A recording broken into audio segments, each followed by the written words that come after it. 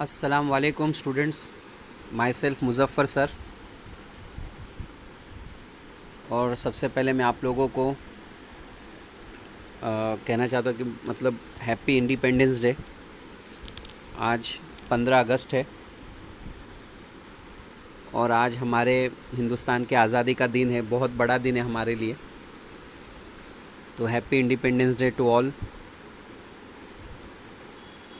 और हमारे इस इंडिपेंडेंस डे को मतलब हमें अभी तो हम बाहर तो सेलिब्रेट नहीं कर सकते ना स्कूल में, लेकिन हम अपने दिल में इसे सेलिब्रेट करें। हम अपने दिल से अपने हिंदुस्तान को मतलब हम बहुत चाहते हैं अपने हिंदुस्तान को, ठीक है।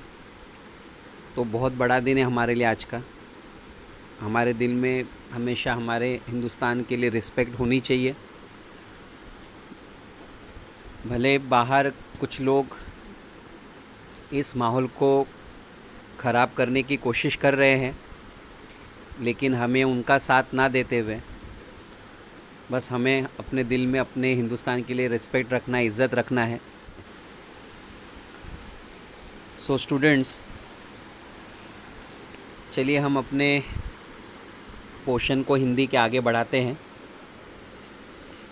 आज जो हम लोग पढ़ने जा रहे हैं मन, ये एक पूरक पठन पद्य है। पूरक पठन कहते हैं रैपिड रीडिंग को। और ये एक पद्य है। पद्य मतलब पोयम, मतलब ये पोयम के फॉर्म में है। जैसा देखो आप, हमने मराठी में एक पोयम पढ़े थे जो रैपिड रीडिंग थी, याद है ना आपको? जाता अस्ताला, जो पोयम हमने मराठी में पढ़े थे, वो कैसे रैपिड रीडिंग थी लेकिन पोयम के फॉर्म में थी। वैसे ही ये हिंदी पोयम है, लेकिन ये एक रैपिड रीडिंग का सेक्शन है। तो पहले हम लोग इसका परिचय देख लेते हैं। पहले पद्य संबंधी में कहा गया है कि अब ये जो कविता है ना, पहले मैं इतना बोल दूं कि ये जो कविता है मन, ये कविता जापान की लोकप्रिय एक हाइकू पर आधारित ये पोयम है। तो जापान की लोकप्रिय हाइकू एक जापान का एक काव्य, एक पोयम का एक मेथड होता है, उसको हाइकू कहते हैं। तो उसके ऊपर ये बनी हुई, उसके हिसाब से बनी हुई है, आधारित ये पोयम है। देखो, ये जापान की लोकप्रिय काव्य विधा है। हाइकू विश्व की सबसे छोटी कविता कही जाती है। मतलब हाइकू को दुनिया की सबसे छोटी पोयम कहा जाता है, सबसे छोटी कविता कहा जाता है। किसको? हाइकू को। It's a type of a small poem. याद रखना, haiku it's a type of small Japanese poem. Okay. 5वें दशक से हिंदी साहित्य ने हाइकू को खुले मन से स्वीकार किया और 5th सेंचुरी से ही मतलब हमारे हिंदी काव्य के अंदर इसे इंक्लूड किया गया, इस मेथड को। हाइकू कविता 5, 7, 5 = 17 वर्ण के ढांचे में लिखी जाती, मतलब अराउंड 17 लाइन ऐसे इसकी होती है। प्रस्तुत हाइकू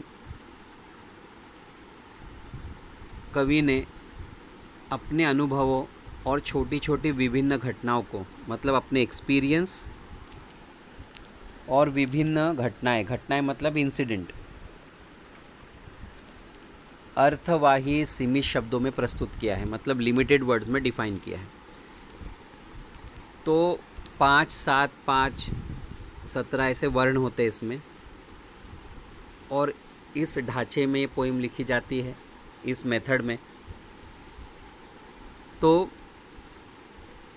यानी छोटी पोइम होती, इतना बस आपको इतना याद रखना है, ज़्यादा कंफ्यूज नहीं होना है। ये वर्ण वगैरह छोटी पोएम होती है बहुत। और इस पोएम में पोएट ने अपने अनुभवों को, अपने एक्सपीरियंसेस को अलग अलग घटनाओं से शब्दों में प्रस्तुत किया है। ओके।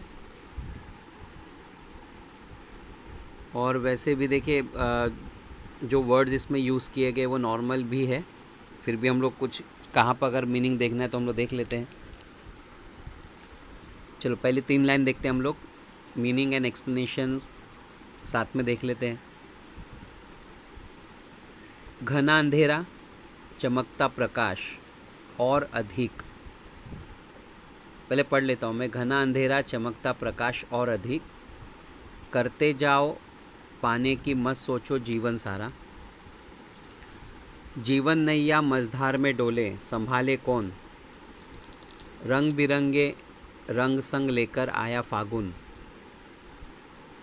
कांटों के बीच खिलखिलाता फूल, देता प्रेरणा। भीतरी कुंठा आँखों के द्वार से आई बाहर।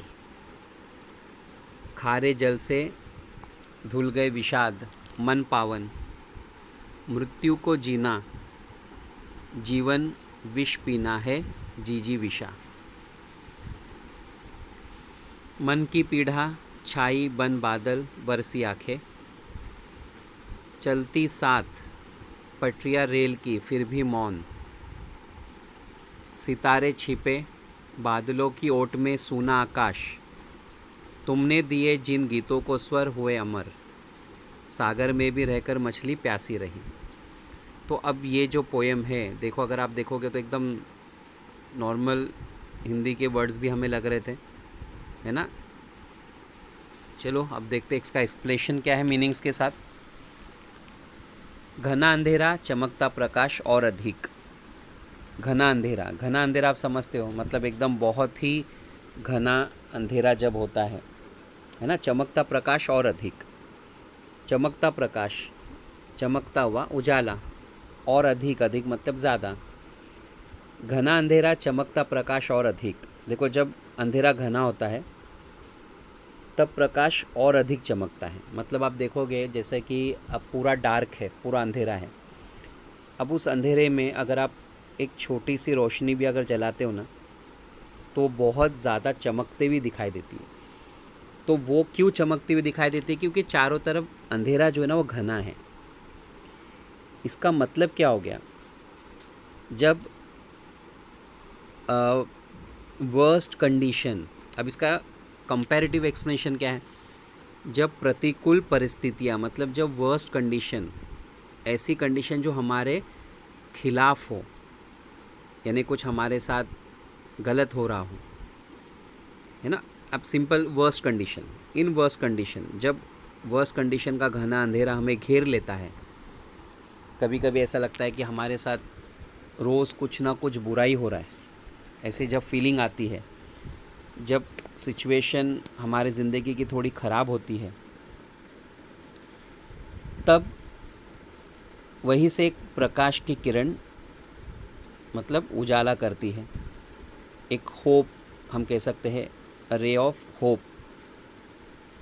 तो अचानक से एक उम्मीद की एक किरण चमकते हुए हमें दिखाई देती है। तो जब ऐसा लगता है कि सारे रास्ते हमारे लिए बंद हो गए, अब हम कुछ नहीं कर सकते, हम बहुत टेंशन में हैं, तो एक छोटी सी जो होप है ना, उम्मीद जो है ना, वो भी हमारे लिए बहुत बड़े, हमें हमारे लिए एक, हमारे अंदर एक पॉजिटिवनेस लेकर आती है, एक एनर्जी लेकर आती है।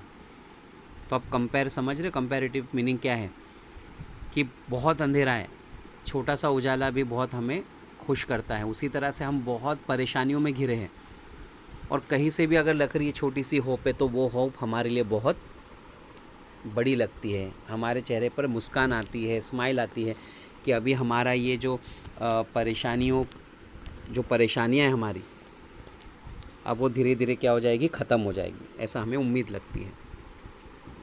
समझ में आए स्टूडेंट? तीनों लाइन समझ में आया ना? आसान है बहुत, मैं बताया ना, छोटी पोएम है, लेकिन थोड़ा डिटेल एक्सप्लेनेशन हम देखना है। आगे की 3 लाइन देखते हैं हम। करते जाओ पाने की मत सोचो जीवन सारा। करते जाओ मतलब यहाँ पे बात हो रही काम करने की, तो पूरा जीवन काम करते रहना चाहिए हमें। पाने की मत सोचो जीवन सारा, और यही सोचना चाहिए कि, मतलब देखो, ये नहीं सोचना है कि हमें अब क्या प्राप्त होगा, ये जीवन में क्या हमें हासिल होगा। तो यहाँ पे पोएट हमें क्या मैसेज दे रहा है ये 3 लाइन में कि काम करते जाओ। ओके, पाने की मत सोचो, मतलब ये मत सोचो कि हमें सब कुछ मिल जाएगा। जीवन सारा मतलब पूरी ज़िंदगी, यानी हर कुछ, जीवन सारा का मतलब हम यहाँ पे कह सकते हैं कि सब कुछ हमें मिल जाएगा आसानी से, ये मत सोचो।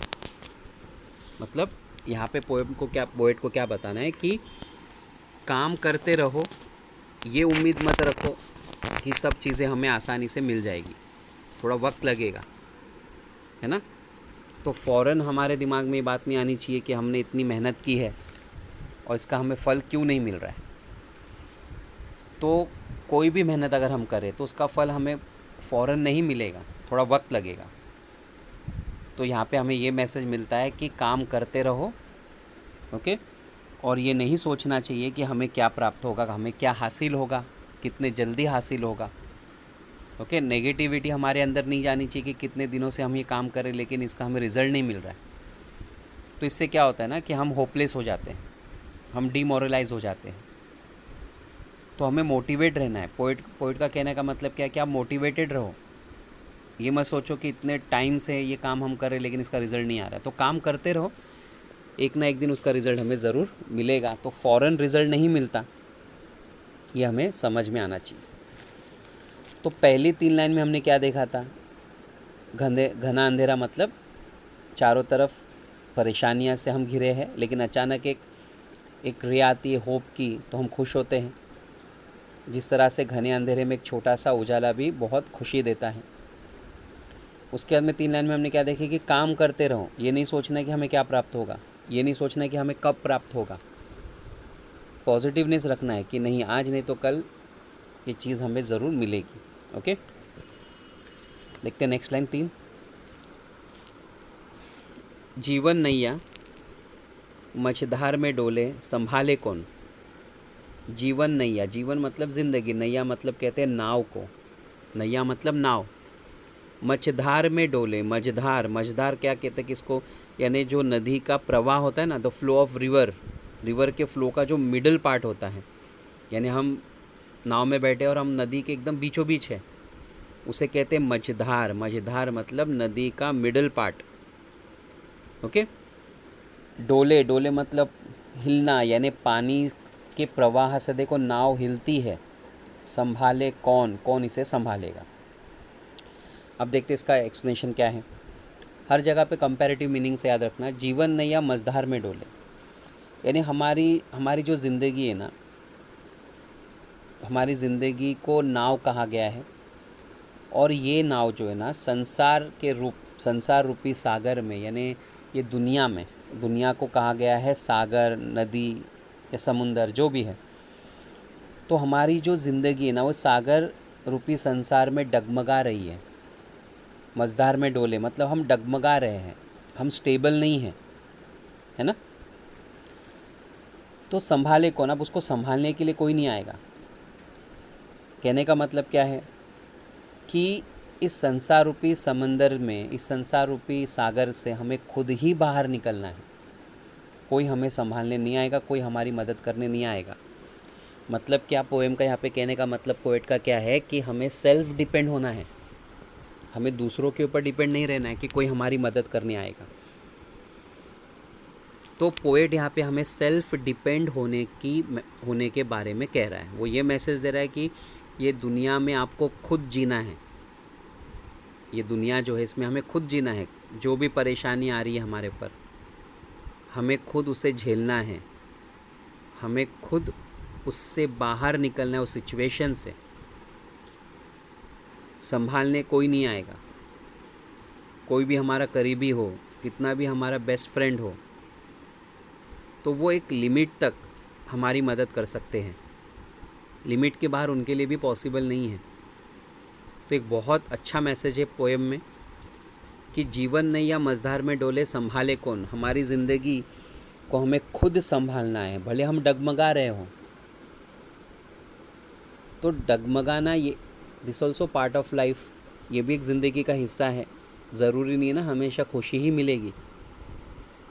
थोड़ा बहुत तो हमें प्रॉब्लम को तो फेस करना ही पड़ेगा ना। मुझे बताओ, दुनिया में ऐसा कौन सा इंसान है जो ये कहता है कि मैं खुश हूँ, मतलब मेरी ज़िंदगी में कोई गम नहीं है। कोई नहीं है, अरबपति हो, गरीब हो, है ना, हर एक की ज़िंदगी में कुछ ना कुछ परेशानियां तो ज़रूर है। किसी अमीर आदमी को देखकर हम ये नहीं कह सकते, अंबानी को देख के ये नहीं कह सकते कि यार क्या ज़िंदगी है इसकी, हमेशा खुश रहेगा क्योंकि बहुत पैसा है। तो पैसा ही सब कुछ नहीं होता ना, जो दिल का जो सुकून होता है वो भी बहुत मैटर करता है। पैसा होना सब कुछ नहीं है ना। तो हमारे अंदर ये पॉजिटिवनेस होनी चाहिए कि हम जिस भी हालात में हम खुश रहें। तो हमारे ज़िंदगी को इस संसार रूपी सागर से जो डगमगा रही है हमारी ज़िंदगी, अप्स एंड डाउन्स जो आ रहे हैं ज़िंदगी में, तो इसे कोई भी संभालने नहीं आएगा। हमें स्वयं, हमें खुद अपनी नाव को पार लगाना होगा, यानी हमें खुद अपनी ज़िंदगी को संभालना होगा। ओके, एक लिमिट तक हमारे पेरेंट, हमारे दोस्त, हमारे रिलेटिव हमारी मदद करेंगे।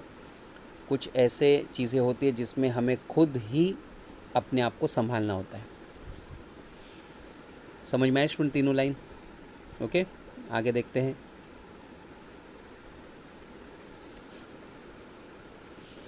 रंग बिरंगे रंग संग लेकर आया फागुन। रंग बिरंगे डिफरेंट कलर्स, रंग संग लेकर कलर्स लेकर आया फागुन। तो अब देखो, पहले हम लोग समझते कैसा है कि फागुन, फागुन जो एक हिंदी में हम मंथ को कहते हैं, तो फागुन का जो मंथ है, ये मंथ अपने संग बसंत के विविध रंग लेकर आया है। और हमारे मन में ये जो वक्त है, ये उल्लास का, यानी ये खुशी का वक्त है। अतः ये ज़रूरी है कि हम इस वक्त, है ना, सभी परेशानियों को भूलकर, तो जो बसंत ऋतु है उसका हमें आनंद लेना चाहिए। तो बसंत जो ऋतु है ना, इस मौसम में क्या होता है कि अलग अलग डिफरेंट कलर्स के हमें फ्लावर्स दिखाई देते हैं। नेचर बहुत बदला हुआ दिखाई देता है, चारों तरफ हमें खुशियाँ ही खुशियाँ दिखाई देती हैं। तो अब पोएट क्या कह रहा है कि अब अगर आप डिप्रेशन में हो, अगर आप सैड फील कर रहे हो, तो अब इस मौसम में, इस फागुन के मौसम में, इस बसंत के मौसम में, जो कुदरत ने इतने खूबसूरत कलर चारों तरफ बिखरे हुए हैं, तो हम सभी परेशानियों को भूल जाए, है ना, और इस बसंत ऋतु का हमें आनंद लेना चाहिए। कहने का मतलब क्या है कि अब हम बहुत, फॉर एग्ज़ाम्पल हम बहुत परेशान हैं, है ना, लेकिन अब फागुन, बसंत, ये जो मौसम है, ये जो ऋतु है, ये जो सीज़न है, क्या होता है ना, देखो आप कभी कभी एक्सपीरियंस किए होगे जब हम बहुत ज़्यादा टेंशन में होते हैं। आप कभी एक्सपीरियंस करना, आप बाहर नेचर को देखो, अगर आपके चारों तरफ अगर नेचर है, पेड़ पौधे हैं, पहाड़ी इलाका है, तो अपने आप देखो आप रिलैक्स फील करने लगोगे। इसलिए तो हम कभी कभी हमें कई लोग सजेशन देते हैं कि आप हिल स्टेशंस वगैरह में घूमने जाया करो। तो आप देखो ऐसी जगह पे जाओ, वहाँ पे ऑटोमेटिकली आपके अंदर पॉजिटिवनेस आ जाती है, आप पॉजिटिव फील करने लगते हो, है ना। तो पॉजिटिव फील हम कब करते हैं? जब हम नेचर के सराउंडिंग में होते हैं। तो नेचर हमारे प्रॉब्लम को बहुत अच्छे से हील करता है। तो पोएट यहाँ पे ये कह रहा है कि आप अपनी चिंताओं को भूल जाओ, अपनी परेशानियों को भूल जाओ। अब ये जो मौसम आया है, इस मौसम के रंग को महसूस करो, है ना। तो आप अपनी परेशानियों को भूलकर इसका आनंद हमें लेना है, सब कुछ हमें भुला देना है। देखते आगे। कांटों के बीच खिलखिलाता फूल देता प्रेरणा। प्रेरणा मतलब इंस्पिरेशन। प्रेरणा मीन्स इंस्पिरेशन। बहुत अच्छा मैसेज है इस 3 लाइन में। कांटों के बीच खिलखिलाता फूल, आपने फॉर एग्ज़ाम्पल फूल देखे होंगे कई सारे। फॉर एग्ज़ाम्पल हम देखते हैं गुलाब का जो फूल होता है, गुलाब का फूल देखो आप, कांटों के बीच में खिला रहता है वो, है ना, उसमें बहुत सारे कांटे होते हैं, लेकिन कांटों के बीच में भी रहकर वो खिलखिलाता है, मतलब वो खूबसूरत और हंसते हुए दिखता है।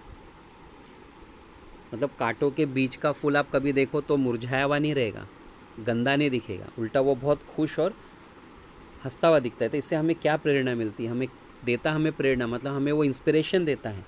क्या इंस्पिरेशन, आप खुद भी समझ सकते हो। अब कांटे मतलब क्या, परेशानियाँ, कि ज़िंदगी में कितनी भी परेशानियाँ आने दो, है ना, कितनी भी परेशानी आने दो, हमें हंसकर उसका मुकाबला करना है, बिना घबराए, है ना, हमें उसका मुकाबला करना है। तो हमें कांटों के बीच खिलखिलाते हुए फूल ये इंस्पिरेशन देते हैं कि आप भले कितनी भी बड़ी मुसीबतों से घिरे हो, लेकिन आपको पीछे नहीं हटना है। हमें फूल से इंस्पिरेशन लेना है कि हम डरे हुए नहीं हैं और हम हंसते खेलते बिना घबराए, है ना, उन सिचुएशन को हमें हैंडल करना है, हमें अपने काम को पूरा करना है।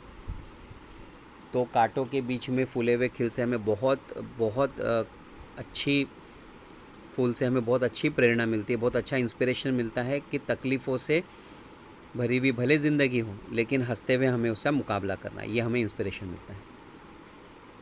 समझ में आ रही ना पोएम स्टूडेंट्स, है ना, ध्यान दो अच्छे से। और ज़्यादा इसमें वर्ड मीनिंग्स नहीं है, कुछ ही वर्ड मीनिंग्स है, बट एक्सप्लेनेशन ध्यान से सुनो। और अगर कभी कुछ नहीं समझा है तो ऑप्शन है आपके पास, जो हमेशा कहता हूँ मैं, आप उसको रिवाइंड करो, पीछे करो, फिर सुनो। ओके, आगे देखते हैं। भीतरी कुंठा, आँखों के द्वार से, भीतरी, भीतरी मतलब इंटरनल, हमारे मन की।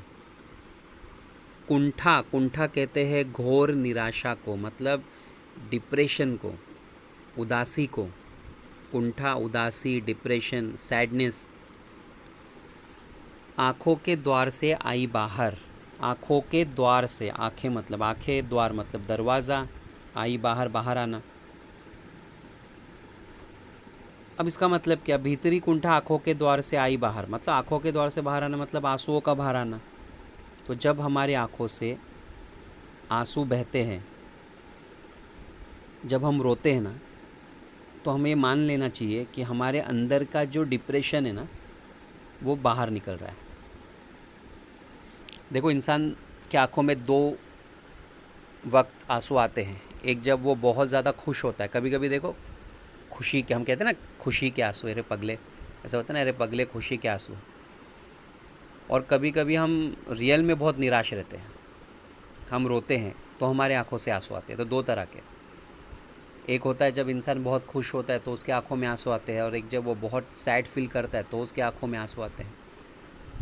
कुछ लोगों के आंखों में बात बात में आंसू आ जाते हैं। कुछ लोग इतने ज़्यादा इमोशनल होते हैं कि थोड़ी सी भी अगर बात हो गई तो सीधा धड़ाधड़ रोना शुरू कर देते हैं।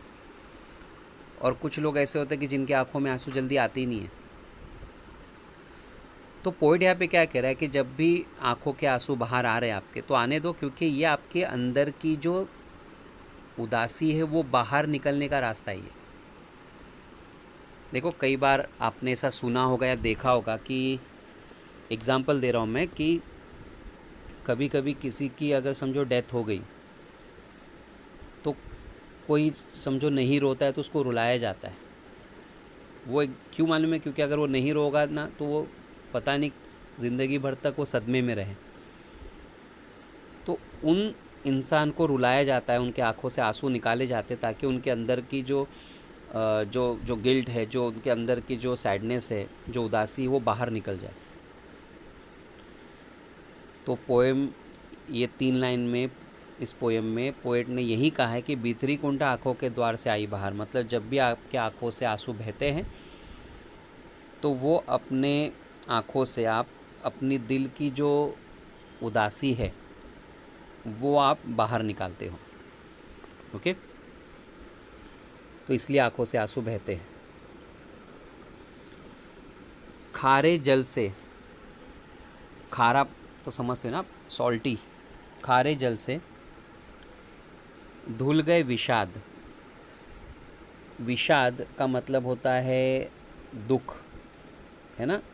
कोई चीज़ पूरी नहीं होती तो हमें जो दुख होता है, खेद, जिसको हम इंग्लिश में रिग्रेट कहते हैं, रिग्रेट। खारे जल से धुल गए विषाद मन पावन। अब क्या होता है कि खारे जल से धुल गए विषाद मन पावन। अब ध्यान देना स्टूडेंट्स, ये पहली ऊपर की जो 3 लाइन हमने पढ़ी ना, भीतरी कुंठा आंखों के द्वार से आया, इससे रिलेट करती है, थोड़ी सी उससे जुड़ी हुई है। खारे जल से धुल गए विषाद मन पावन। अब क्या होता है कि आपको पता है ना, आंसू जो होते हैं हमारे, उसका टेस्ट सॉल्टी होता है। कभी टेस्ट करके देखा है कि नहीं आपने?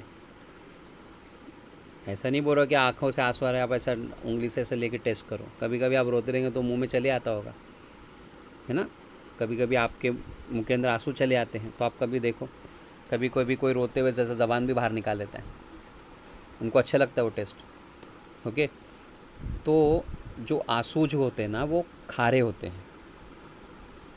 अभी कुदरती चीज़ है, अल्लाह की, मतलब अल्लाह ही जाने नियामत क्या है कि जैसे आँखों का जो आंसू जो होते हैं ना, उसका टेस्ट सॉल्टी रहता है। खारे जल से धुल गए विषाद मन पावन। तो जब आँखों से आंसू बहते हैं ना, तो समझना चाहिए कि हमारे आंसुओं के खारे जल से ना मन का जो विषाद है, मन के अंदर जो दुख है, जो रिग्रेट है, वो सब धुल जाता है और हमारा मन एकदम पावन हो जाता है। मतलब हम एकदम रिलैक्स फील करते हैं। इसलिए कभी कभी हम बोलते हैं ना, मैं आपको बताया कि सामने रो रहे तो बोलते इसको रोने दो, इसका मन थोड़ा हल्का हो जाएगा। तो रोने से क्या होता है कि हमारे दुख थोड़े कम हो जाते हैं और हम थोड़ा सा रिलैक्स फील करने लगते हैं। ओके, तो पोएट यहाँ पे क्या कह रहा है कि जब आँखों से आंसू बहते हैं तो मन की जो उदासी है वो इस खारे जल से, इस खारे पानी से धुल जाती है, जिससे हमारा जो मन है वो हम पावन यानी प्योर, हम रिलैक्स फील करते हैं। इजी है। ओके, आगे। मृत्यु को जीना, जीवन विष पीना। मृत्यु तो आपको पता है, डेथ। जीवन विष पीना, विष मतलब पॉइजन, जहर है। जीजी विषा, जीजी विषा मतलब जीजी विषा मतलब ज़िंदगी की तरफ से जो हमारी जो आसक्ति है। ओके, इसका एक्सप्लेनेशन मैं आपको बताता हूँ। तो ज़िंदगी की तरफ जो हम नेगेटिविटी जो रखते हैं, है ना। जैसे देखो, मृत्यु को जीना, जीवन विष पीना है जीजी विषा। यानी हर एक इंसान जो है ना, वो बहुत सारी परेशानियों में जी रहा है। जैसा मैंने आपको पहले भी बताया कि ज़रूरी नहीं कि हर कोई खुश हो, हर एक को चिंताएं हैं, है ना। और ये एक ऐसा वक्त होता है, एक ऐसा दौर होता है कि उसमें हम डिप्रेस फील करते हैं। तो जीवन विष पीना, तो अब विष किसको कहा गया है? परेशानियों को, चिंताओं को। ऐसे में जीवन जो संग्राम है हमारा, जो स्ट्रगल है, डटना ही हमारा जीजी विषा का प्रमाण है। मतलब ऐसे सिचुएशन को फेस करना ही हमारे ज़िंदगी की तरफ जो हमारा जो देखने का जो नज़रिया है, जीजी विषा हम ऐसा कह सकते हैं। ज़िंदगी को, जीवन की जो आसक्ति है, मतलब ज़िंदगी को देखने का जो नज़रिया है, ओके, वो उसका प्रमाण है। प्रमाण मतलब उसका सबूत है। तो 3 लाइन का मतलब मैं फिर समझा देता हूँ कि मृत्यु को जीना, जीवन विष पीना है जीजी विषा। मतलब हमारी ज़िंदगी की ये सच्चाई है कि हमें ज़िंदगी जीना है, भले विष से भरी हुई हो, यानी अनेक परेशानियाँ, चिंताएं हैं। ऐसे कई इंसिडेंट आपके सामने आएंगे, लेकिन संग्राम में डटे रहना, स्ट्रगल करते रहना, इन सिचुएशन को फेस करते रहना, यही जीजी विषा का एक प्रमाण है, एक सबूत है। यानी हर एक इंसान की ज़िंदगी में मुसीबतें हैं, तो कैसे उसका वो डट के सामना करता है, वो उसके ऊपर डिपेंड है कि कैसे वो सिचुएशन को हैंडल करता है। ओके, आई होप पोएम आपको समझ में आ रही है स्टूडेंट। जैसा मैंने आपको शुरुआत में बताया कि पोएम छोटी सी है, लेकिन देख रहे हो आप इसका तीन तीन लाइन है, लेकिन इसके ज़िंदगी में बहुत सारे, हमारी ज़िंदगी से बहुत सारी चीज़ें रिलेट करती है, हमें कुछ बहुत सारी चीज़ें सिखाती है। ओके, और हमें इससे बहुत सारी चीज़ सीखना भी है। ओके, देखते हैं आगे की लाइन। मन की पीड़ा, पीड़ा मतलब तकलीफ़। छाई बन बादल, बादल की तरह छा जाना। बरसी आँखें, आँखों का बरसना। सिंपल है। देखो, जब, अब मैं ऐसा बताऊं कि जब आसमान में घने बादल आते हैं, जैसे कि अब रेनी सीज़न है, तो जब बादल आते तभी बारिश होती है ना। उसी तरह से जब हमारे मन में, मन की पीड़ा कहा गया ना, जब मन में बहुत दुख भर जाता है ना, तभी हमारे आँखों से, मतलब हमारे आँखों से आंसू बरसने लगते हैं। सिंपल है, एकदम सिंपल। तो इसको कंपेयर किससे किया गया है? बादलों से और बारिश से। जिस तरह से आसमान में, देखो आप कभी देखोगे खुले आसमान में बारिश नहीं होती। कभी आप देखोगे पूरा एकदम एकदम ब्लू कलर का आसमान है, एकदम ब्लू, हाँ, ज़रा भी बादल नहीं, और बारिश हो रही है। तो जब बादल छाते हैं, जब धीरे धीरे बादल जमा होते रहते हैं, धीरे धीरे धीरे धीरे, और जब एकदम बादल जमा हो जाते हैं, फिर ज़ोर से बारिश होने लगती है ना। तो अब कैसे कंपेयर किया कि जब हमारे मन में धीरे धीरे धीरे धीरे जो दुख जमा होने लगते हैं, है ना, परेशानियां जमा होने लगती है, जब वो इतनी जमा हो जाती है कि अब हमसे रहा नहीं जाता, हम रोने लगते हैं। तो यहाँ पे पोइट क्या कह रहा है कि जब इसी प्रकार से जब मन में जब दुख बहुत गहरा हो जाता है, तो वो बादल बनकर आंसुओं से बरसने लगता है। तो मतलब सिंपल है, हमारे आंखों से आंसू बहने लगते हैं जब हम बहुत ज़्यादा सैड फील करते हैं। अब इसमें मैंने आपको पहले भी बताया कि कुछ लोग ऐसे होते हैं जो ज़रा ज़रा बात पे फ़ौरन रो देते हैं, है ना। हम लोग उसको रोतड़ू बोलते हैं आपस में। कभी कभी हम लोग फ्रेंड्स में भी आप लोग बोलते होगे, क्या रोतड़ा है, पे ज़रा ज़रा बात पे रोता है। अब वो उसका लेवल है, वो नहीं सिचुएशन को हैंडल कर पाता, वो बहुत ज़्यादा इमोशनल है। तो जब दुख गहरा होता है, तब वो बादल बनकर हमारे आंखों से बरसते हैं, यानी आंसू बनकर वो बाहर निकलता है। ओके, आई होप आपको समझ में आई है 3 लाइन। चलते आगे। चलती साथ पटरियाँ रेल की, फिर भी मौन। बहुत बड़ी बात है, मतलब देखो छोटी सी लाइन ही, बहुत ईजी, समझने में आसान है। चलती साथ पटरियाँ, पटरियाँ मतलब जो रेल की पटरियाँ है, फिर भी मौन, मौन मतलब शांत, खामोश।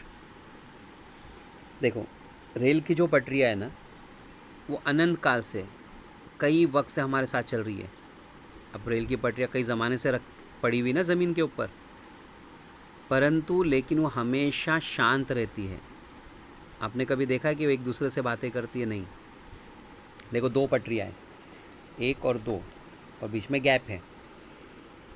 तो ये दोनों पटरियाँ कितने ज़माने से साथ में चल रही है, कितने दूर तक, लेकिन फिर भी शांत है, कभी भी एक दूसरे से वो बातें नहीं करते। तो मतलब क्या कि ऑब्वियस चीज़ है, पटरियाँ थोड़ी बात करेगी, है ना। क्या बात करेगी पटरियाँ? नहीं। तो रेल की पटरियाँ अनंत काल से साथ में है, परंतु सदा मौन रहती है, कभी एक दूसरे से बातें नहीं करती, ऐसा यहाँ पे पोएट कह रहा है। ओके। सितारे छिपे बादलों की ओट में, सुना आकाश। ओट कहते हैं मतलब आड़ में, जैसे हम कहते हैं ना बादलों की आड़ में। सितारे छिपे बादलों की ओट में, सुना आकाश। अब सितारे जो है वो आसमान की खूबसूरती है। रात के वक्त हमें सितारे दिखते हैं जब खुला आसमान होता है ना। लेकिन अगर आप देखो कि कभी अगर ये सितारे छुप जाए, तो आसमान एकदम सूना दिखाई देता है, एकदम खाली खाली दिखाई देता है ना। अब इसी तरह से कुछ लोग हमारे ज़िंदगी में बहुत इम्पॉर्टेंट होते हैं, बहुत महत्वपूर्ण होते हैं। उनके चले जाने के बाद हमारी ज़िंदगी हमें लगती है निरर्थक हो गई, बेकार हो गई, उदास हो गई। मैं फिर समझा रहा हूँ, देखो, सितारे छिपे बादलों की ओट में, सुना आकाश। इस तरह से आसमान की जो खूबसूरती वो सितारों से है, और कभी कभी ये सितारे बादलों की आड़ में छुप जाते हैं, डिसअपियर हो जाते हैं, तब वो आसमान हमें एकदम खाली दिखता है। उसी तरह से कुछ लोग हमारे ज़िंदगी में बहुत इम्पोर्टेंस रखते हैं और उनके चले जाने के बाद ज़िंदगी हमारी जो है वो निरर्थक, बेकार, उदास हो जाती है।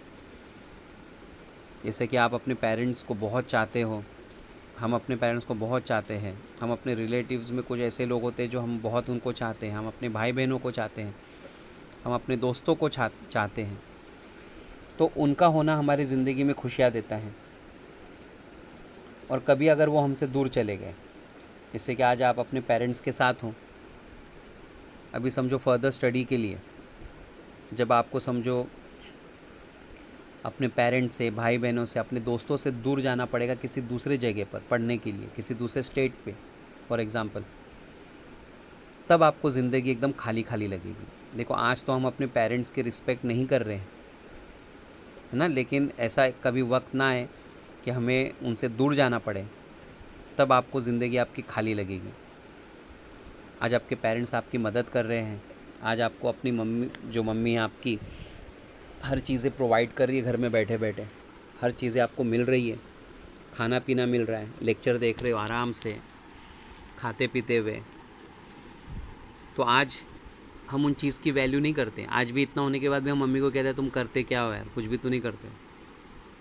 उनके हाथों का बना हुआ खाना, अपने डैडी के साथ जो वक्त आप गुजारते हो अभी, अपने भाई बहनों के साथ, दोस्तों के साथ, अब इसकी वैल्यू नहीं रहेगी। लेकिन जब आप दूर चले जाओगे ना इन चीज़ों से, मैंने एग्जांपल दिया ना कि समझो अभी 10th स्टैंडर्ड के बाद आपको कुछ ऐसे कोर्सेज करने हैं या आपको कुछ ऐसा स्टडी के लिए आपको किधर दूसरी जगह जाना पड़ेगा ना, तब आप इन सब चीज़ों को मिस करोगे।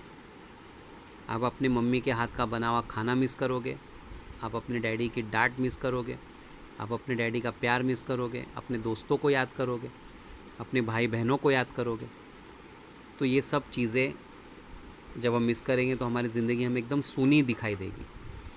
तो इसलिए जब तक हम इनके साथ हैं हम उनकी वैल्यू रखें, हम उनकी इज़्ज़त करें, हम उसकी रिस्पेक्ट करें, अपने पेरेंट्स की खास करके, है ना। ऐसे कई स्टूडेंट जब पढ़ाई के लिए चले आते तब उनको पता चलता है कि हाँ सही बात है, अपने पेरेंट्स हमारे लिए कितने इम्पोर्टेंट है। हाथ से कपड़े धोने पड़ते हैं, कुछ कुछ जगह पे तो ऐसा है कि खाना हमको अपना मनचाहा नहीं मिलेगा। तो ये सब फिर उस वक्त हम अपनी मम्मी को याद करते हैं।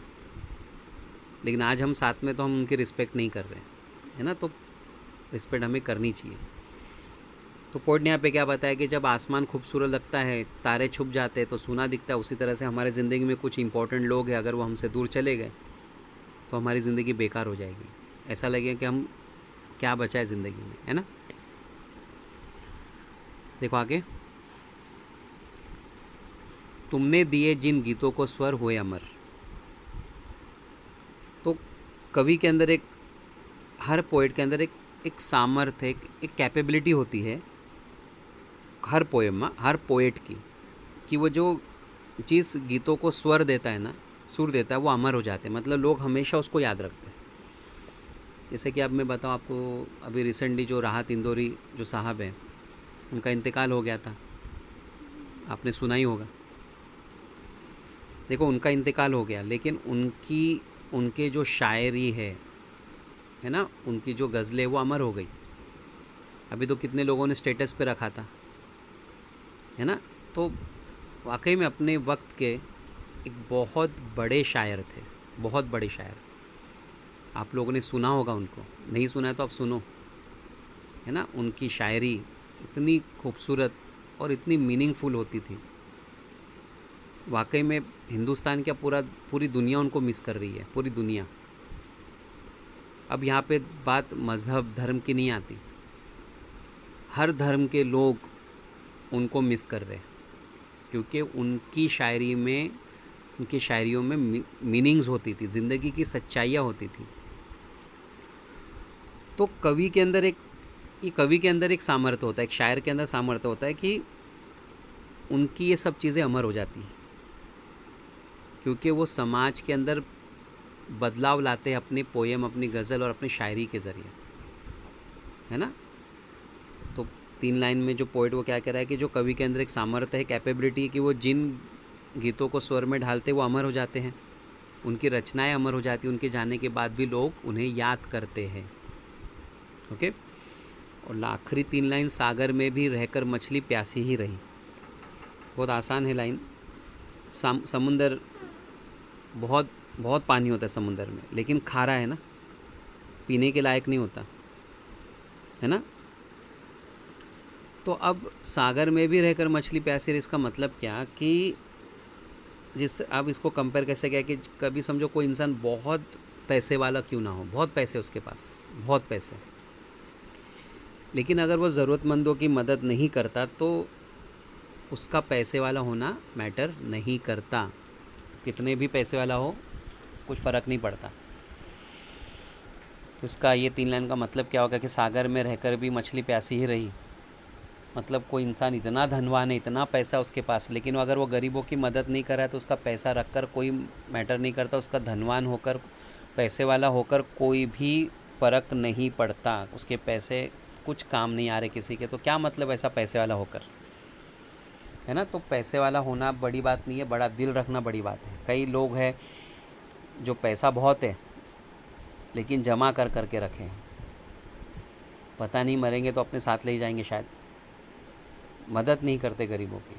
अभी जो सिचुएशन चली है, पेंडेमिक सिचुएशन है, 3-4 महीने से लोग घरों में हैं, कई लोगों ने मदद की, कई लोगों ने राशन दिया, कितने लोगों को पैसों की मदद दी। लेकिन ऐसे भी लोग हैं, हमने देखा है, जो बहुत पैसा, लेकिन वो खुलकर सामने नहीं आए, किसी की उन्होंने मदद नहीं की। उनको डर लगता है कि भाई मदद करने से हमारा पैसा कम हो जाएगा, लेकिन अल्लाह ताला ने फरमाया कि मदद करने से बरकत आती है और ना कि कम होती है। हर मज़हब में ये सिखाया गया है, हर मज़हब में, कि भगवान कहता है कि आप मदद करो गरीबों की, आपको मैं उसका रिटर्न दूंगा, डबल करके दूंगा। तो हर मज़हब में ये टीचिंग है, लेकिन कुछ लोग फॉलो करते हैं, कुछ लोग फॉलो नहीं करते। तो पैसा होना सब कुछ नहीं है, ठीक है।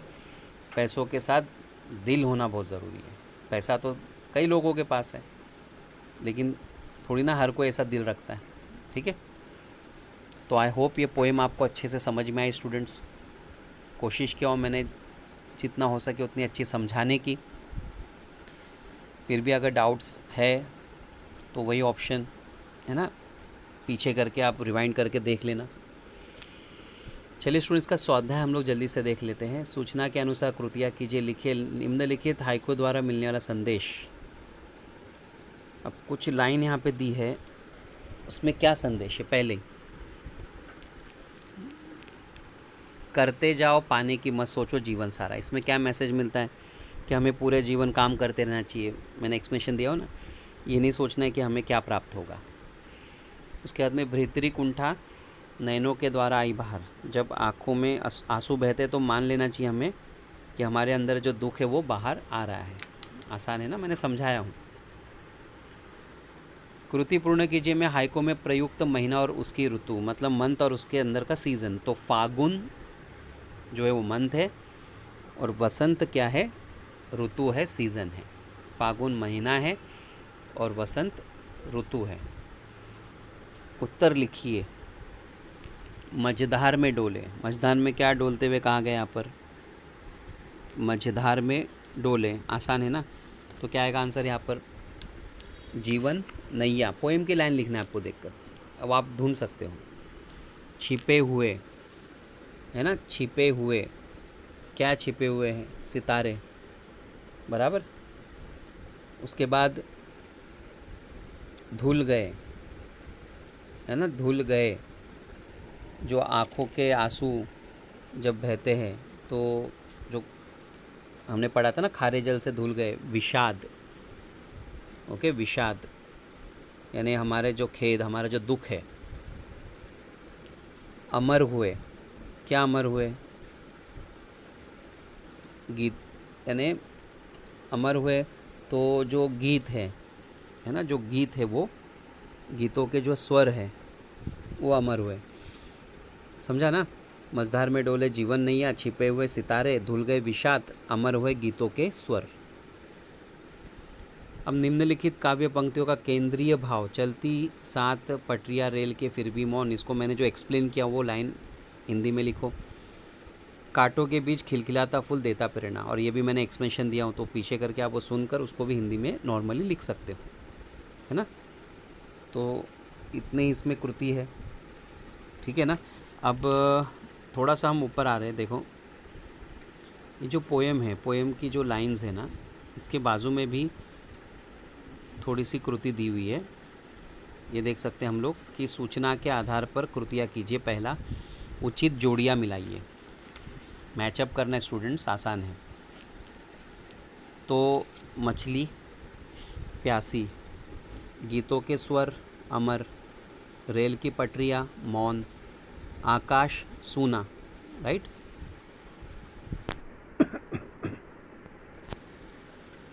उसके बाद हमको परिणाम लिखने हैं। अब सितारों का छिपना, तो इसका परिणाम, इसका इफ़ेक्ट, है ना। तो सितारों का छिपना का जो इफ़ेक्ट है वो कैसा आएगा कि अब देखो आंसर में कैसा करना है हमें कि सितारों के छिपने से क्या इफ़ेक्ट होगा, आसमान सूना हो जाएगा ना। तो यहाँ पे हम लिख सकते हैं सूना आकाश, ठीक है।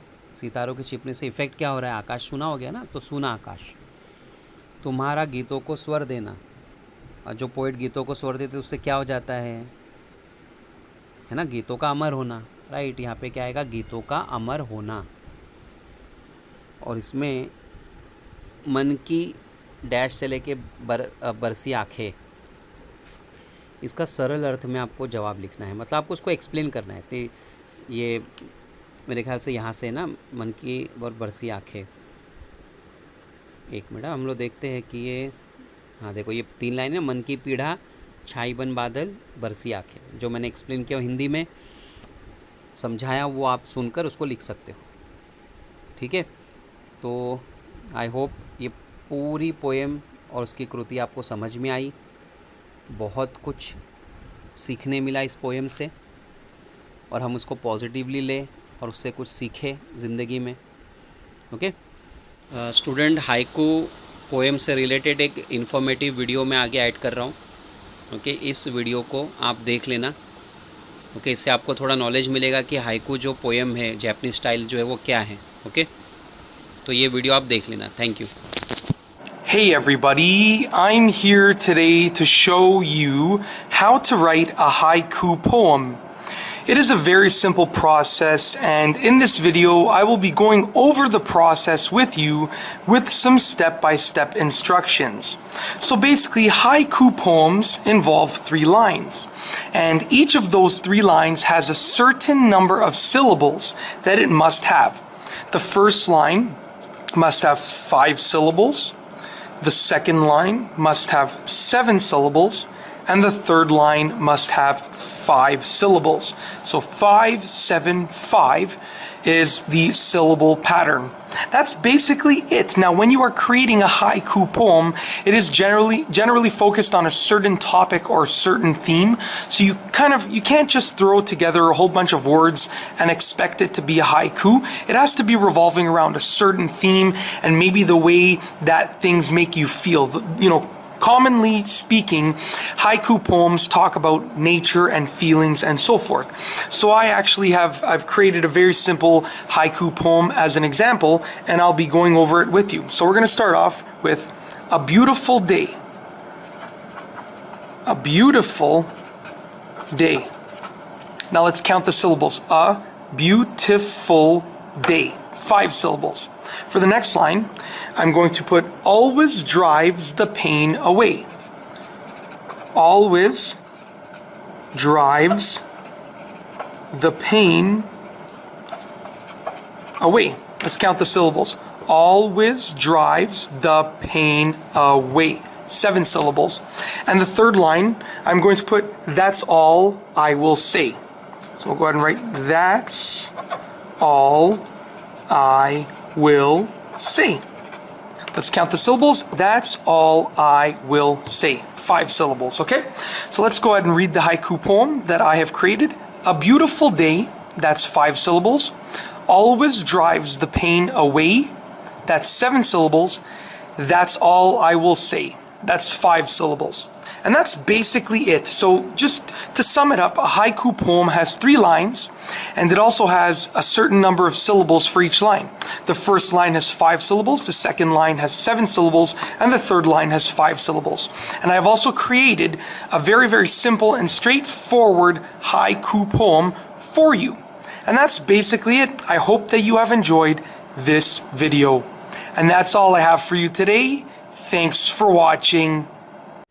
चलिए till then bye, take care of your self, and again happy independence day. Okay, bye.